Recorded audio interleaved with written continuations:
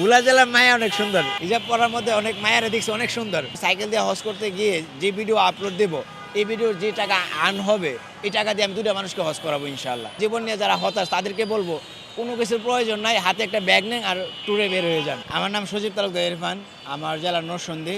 আমি বিনা টাকায় পুরো বাংলাদেশে এক্সপ্লোর করার জন্য বের হয়েছি। এটা বের হওয়ার উদ্দেশ্য হলো মানুষকে হেল্প করে কিনা আমাদের বাংলাদেশে 2026 সালে এসেও এটা দেখার জন্য।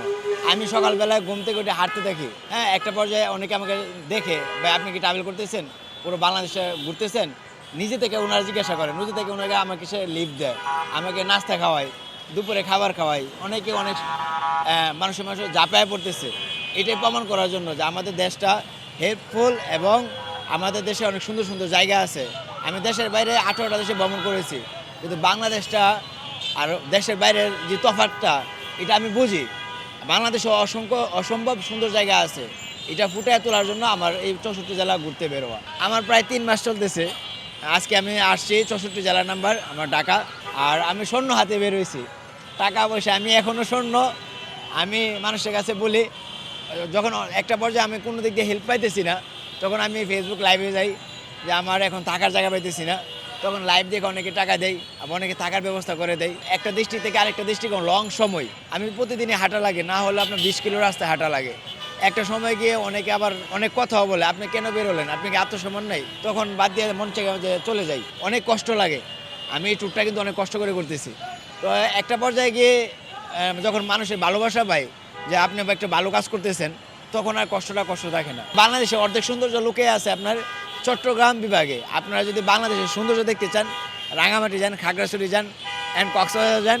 বাংলাদেশের অর্ধেক সৌন্দর্য আছে আপনার চট্টগ্রামে। ভোলা জেলার মায়া অনেক সুন্দর, চোখে পড়ছে অনেক মেয়েরা। ওরা কিন্তু অনেক ইসলামিক পন্থী, হিজাব পরা থাকে।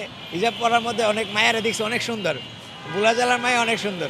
আপনার সুনামগঞ্জে হাওর অঞ্চলে খুব ভয়ঙ্কর রাস্তা ছিল, রোজা থেকে আমি হাঁটছিলাম, অনেক দূর হাইট আর আমি পারতেছি না, মানে খুবই কষ্ট হয়েছিল ওই এলাকায়। আর রাত্রেবেলা বইভিতির মধ্যে আপনার যখন রাত্রে 9টা-10টা বাজে গেছিলো, আপনার যমুনা বাইপাস পার হওয়ার সময় একলা আমি হাঁটতেছি, তখন ভিতরে ভীষণ বই ছিল। শুধু আল্লাহ ডাকছি, আল্লাহ আমাকে আজকে যেভাবে হোক আমাকে রক্ষা করো। পরিবার আপনার এটা প্রথম অবস্থায় মানে নাই, আমাকে এটা অ্যাকসেপ্টই করে নাই।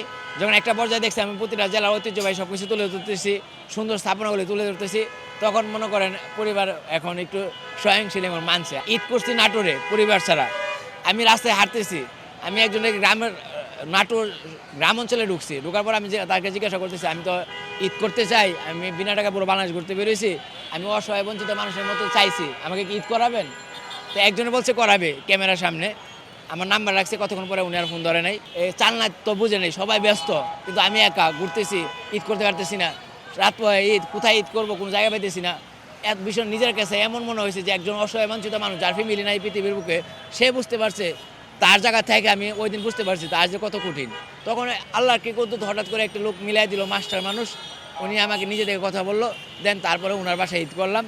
তা এখন আমি বুঝতেছি অসহায় বঞ্চিত মানুষ যেন কত কষ্টকর দেশের মধ্যে যার ফ্যামিলি নাই। কিন্তু নেক্সটে যদি আমি ঈদ করি, হ্যাঁ, আমার এটা অন্যরকম হবে। অসহায় বঞ্চিত মানুষ এবং ইতিম বাচ্চা তাদেরকে নিয়ে আমি ঈদ করবো। কুরবানি ঈদের পরে চিন্তা ভাবনা আছে সাইকেল দিয়ে হজ করতে যাব, এবং সাইকেল দিয়ে হজ করতে গিয়ে যে ভিডিও আপলোড দেবো, এই ভিডিওর যে টাকা আর্ন হবে, এই টাকা দিয়ে আমি 2টা মানুষকে হজ করাবো ইনশাআল্লাহ। জীবন নিয়ে এক কথা বলতে, জীবন নিয়ে যারা হতাশ তাদেরকে বলবো কোনো কিছুর প্রয়োজন নাই, হাতে একটা ব্যাগ নেন আর ট্যুরে বের হয়ে যান। তখন আপনার মনকে বুঝাইতে পারবেন, যে চোখে দেখতে পারবেন আপনার চেয়েও হতাশ মানুষ বর্তমানে হাসি দিয়ে চলতেছে। সুনামগঞ্জ জেলায় আমি ইফতার চাইছিলাম, যে আমার কাছে টাকা নাই, আমি বিনা টাকা পুরো বাংলাদেশ ঘুরতে বেরিয়েছি, আমাকে কি ইফতার দিবেন? ওই লোক আমাকে ইফতার দেয় নাই, তার মানে এই জেলা মানুষ খারাপ না, হয়তো আমার ব্যাড লাক। এই স্মৃতিটা আমার আজীবন মন থাকবে। এই যে মুসলমান হিসাবে, সেও মুসলমান, আমিও মুসলমান, তার কাছে আমি ইফতার চাইছি বারবার, সে আমাকে ইফতার দেয় নাই। এই যে ভ্রমণের কেউ প্রেমে পড়েছে কিনা, সেই সাথে কোনো প্রেমের প্রস্তাব পাইছেন কিনা এই ভ্রমণকালীন সময়ে? অনেক পাইছি। অনেকে বলছে যে আমাকে সাথে করে নিয়ে যান। দিন শেষে তো আমি বেরোইছি একটা কাজে, মহৎ একটা কাজে। সবচেয়ে ভালো লাগছিল প্রতিটা জেলার বিভিন্ন খাবার, বিভিন্ন স্বাদ পাইছি, বিভিন্ন মানুষের সাথে উঠা বসা হয়েছে। যেমন নাটোরে কাঁচাগোল্লা একজনে খাওয়াইলো, বগুড়া দই খাওয়াইলো। ব্যক্তিগত যেমন আপাতত বেকার, আমি আমার ফ্যামিলি ব্যাকগ্রাউন্ড সবাই দেশের বাইরে, ওইখানে সেটেল, আমিও চলে যাব, কিন্তু এর আগে পুরো বাংলাদেশে এক্সপ্লোর করলাম। পরিকল্পনা বলতে আমি একটা বৃদ্ধাশ্রম খুলবো, এটা আমার নিজের অর্থায়নে। এটা আমি সামনে অসহায় যারা মানুষ আছে, থাকার জায়গা নাই, ফ্যামিলি থেকে বঞ্চিত মানুষ যারা আছে, তাদের জন্য আমি একটা বৃদ্ধাশ্রম খুলবো, ওইখানে তাদেরকে রাখবো। এই মুহূর্তে উন্মুক্ত ফ্লোর, আপনার যা মন চায় আপনি সর্বশেষ বলতে পারেন। আমি সবাইকে একটাই কথাই বলবো, যারা নিজেকে নিয়ে হতাশ, ভ্রমণে বের হয়ে যান, হতাশ কেটে যাবে।